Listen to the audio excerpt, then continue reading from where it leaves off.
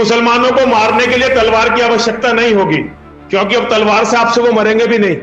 हथियार उठाए बिना धरती की कोई कौम ना तो बच सकती है और ना ही कभी बचेगी। तो ये जो धर्म संसद के नाम पे वास्तव में अधर्म की बात की जा रही है। इसको धर्म संसद कहना गलत होगा।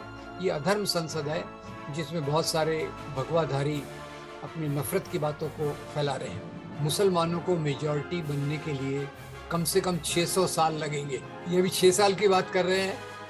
और एक दूसरी रिपोर्ट भी आई कि जो जनसंख्या वृद्धि की दर है वो गिर रही है और 6 साल तक इस प्रकार का होने का कोई सवाल ही नहीं पैदा होता। यानी झूठ बोलने की भी कोई एक सीमा होती है। ये उस सीमा को पार करके अपने राजनीतिक एजेंडा के लिए इस प्रकार के झूठ, बनावट और खतरनाक बातों का इस्तेमाल कर रहे हैं। ये भी दुख का विषय है कि मीडिया ने इसका इतना संज्ञान नहीं लिया। मीडिया जो हर एक चीज़ को रिपोर्ट करता है कि दिन में कितनी बार प्रधानमंत्री जी ने काशी विश्वनाथ के कॉरिडोर के में क्या क्या किया, कितनी बार कपड़े बदले, कितनी डुबकियां लगाई, उसका रिपोर्ट करता है। उसमें ये जो महत्व की खबर है उसकी कोई जगह नहीं है।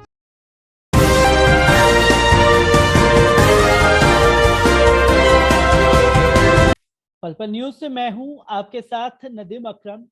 धर्म संसद के नाम पर नफरत फैलाई जा रही है और नफरत भी ऐसे वैसे नहीं कि मतलब मुस्लिम समुदाय के खिलाफ खुल करके जेनोसाइड का ऐलान किया जा रहा है, जिस पर सरकार के तमाम ऊंचे पद पर बैठे हुए लोग खामोश हैं। प्रशासन किसी तरीके की कोई कार्रवाई करता हुआ दिखाई नहीं दे रहा और क्या असर इसका आने वाली नस्लों पर पड़ेगा या जो लोग इस दौर से गुजर रहे हैं वो इसे कैसे देख रहे हैं, इसी पर मेरे साथ बात करने के लिए डॉक्टर राम पुनियानी सर मौजूद हैं। सर, मैं ये जानना चाहूंगा कि खुल करके नरसंहार का ऐलान किया जा रहा है धर्म संसद के नाम पर, किस तरीके से देखा और समझा जा सकता है इसे? देखिए, ये अगर आप ख्याल करें तो पिछले कुछ सालों से जब से ये सरकार सत्ता में आई है एक तो नफरत की बातें फैलाने वाले इनकी संख्या में बढ़ोतरी हुई है, क्योंकि इन लोगों को शायद लग रहा है कि उन पर कोई कार्रवाई नहीं होगी। हमने पहले देखा मोहम्मद अखलाक के जो मर्डर एक्यूज था, उसकी मृत्यु के बाद केंद्रीय मंत्री आकर उनको तिरंगा चढ़ाते हैं। काऊ लिंचिंग के मामले में झारखंड में 8 एक्यूज को टेम्पररी बेल मिलती है तो जयंत सिन्हा आकर उनका स्वागत करते हैं। फिर आपने देखा कि दिल्ली के चुनाव के पहले जिस मंत्री ने गोली मारो का नारा दिया उसका प्रमोशन हो गया, वो कैबिनेट मंत्री हो गया।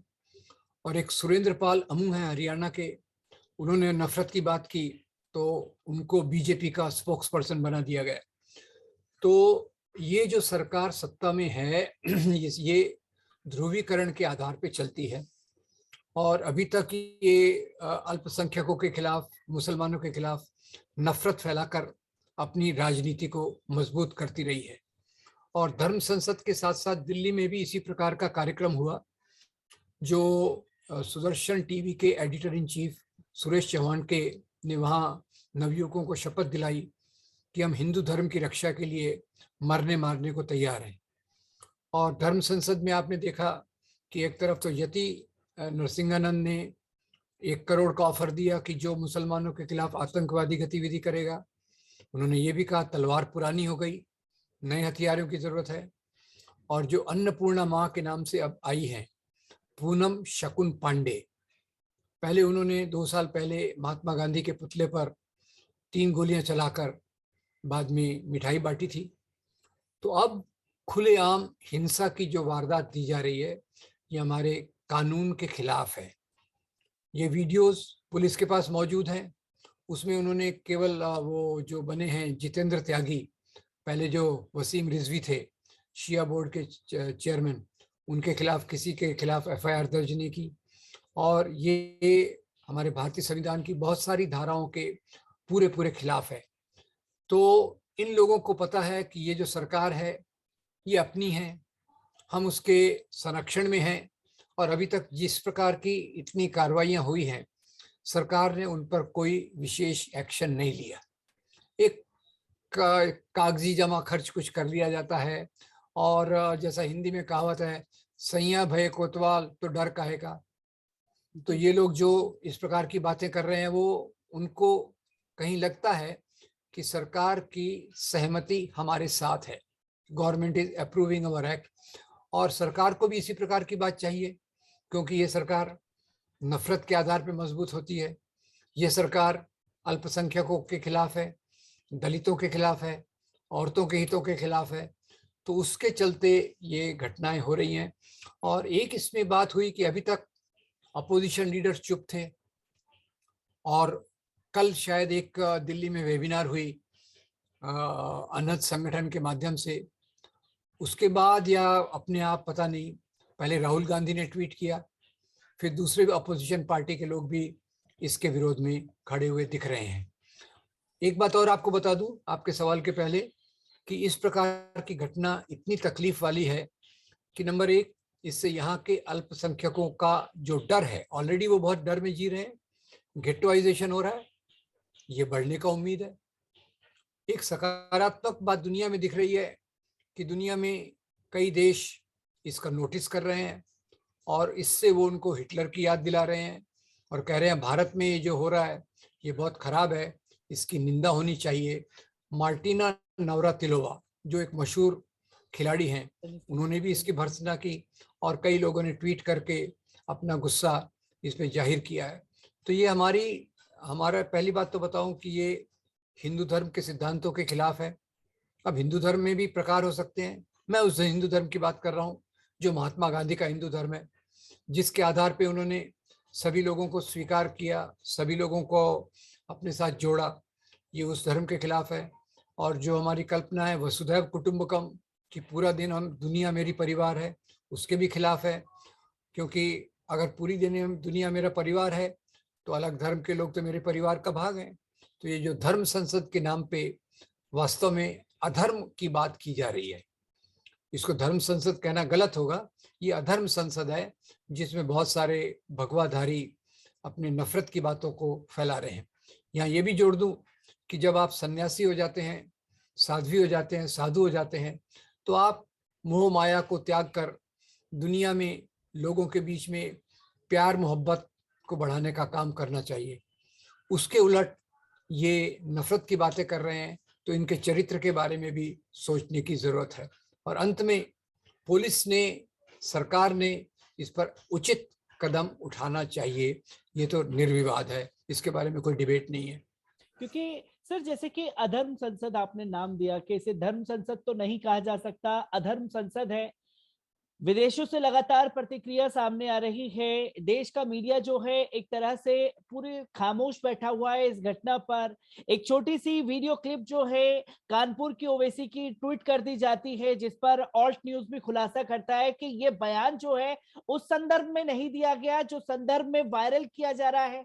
विदेशों से प्रतिक्रिया सामने आ रही है, विदेश का मीडिया लगातार इस पर चर्चा कर रहा है, पर देश के प्रधान सेवक, देश के प्रधानमंत्री श्री नरेंद्र मोदी जी के पास अभी तक ये वीडियो नहीं पहुंचे हैं, या वो इसे देखना ही नहीं चाहते हैं, या अगर इसके ऊपर बोला है तो कहीं ना कहीं जो 5 राज्यों में चुनाव है उस पर असर पड़ सकता है।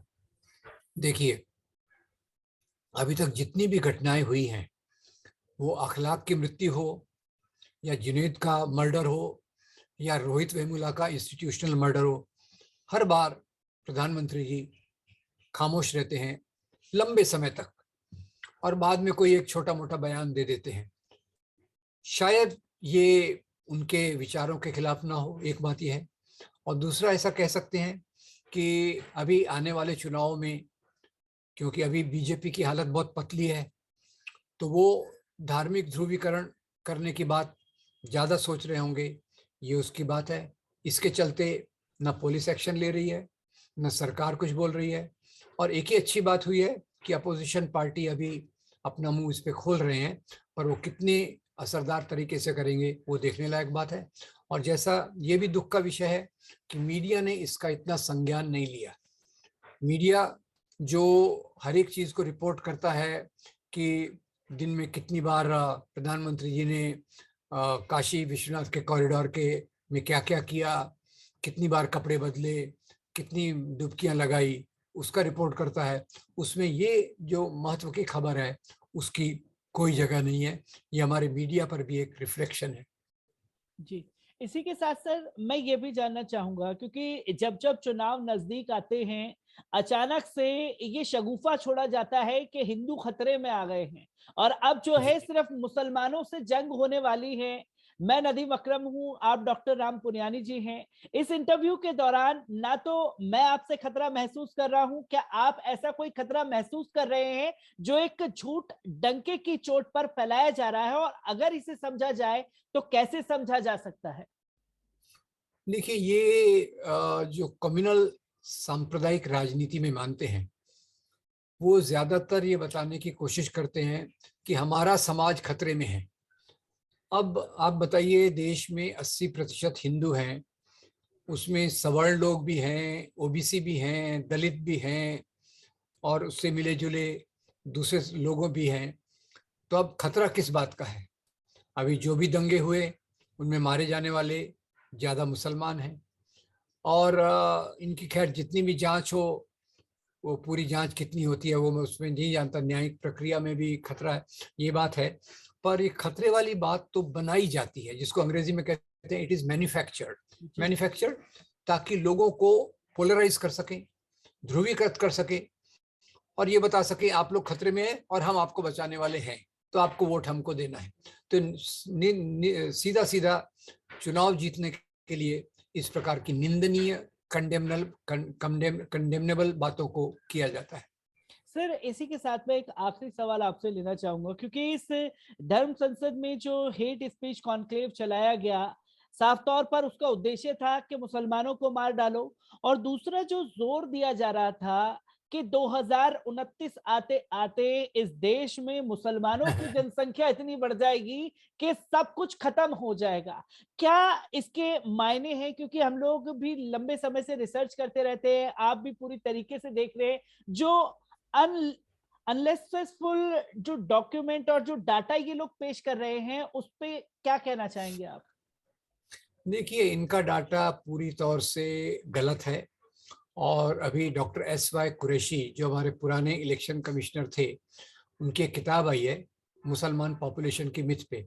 मोटे तौर पे वे कहते हैं कि अभी के ट्रेंड चलते रहे, वैसे तो अभी के ट्रेंड में भी मुसलमानों में जनसंख्या का कंट्रोल ज्यादा हो रहा है हिंदुओं में जनसंख्या के कंट्रोल से, पर अभी के भी ट्रेंड चलते रहे तो कहते हैं मुसलमानों को मेजॉरिटी बनने के लिए कम से कम 600 साल लगेंगे। ये अभी 6 साल की बात कर रहे हैं।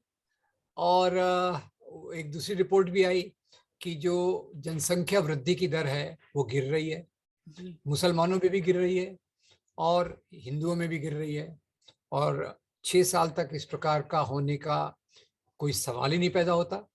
यानी झूठ बोलने की भी कोई एक सीमा होती है, ये उस सीमा को पार करके अपने राजनीतिक एजेंडा के लिए इस प्रकार के झूठ, बनावट और खतरनाक बातों का इस्तेमाल कर रहे हैं। चलिए, बहुत बहुत शुक्रिया सर हमसे जुड़ने के लिए।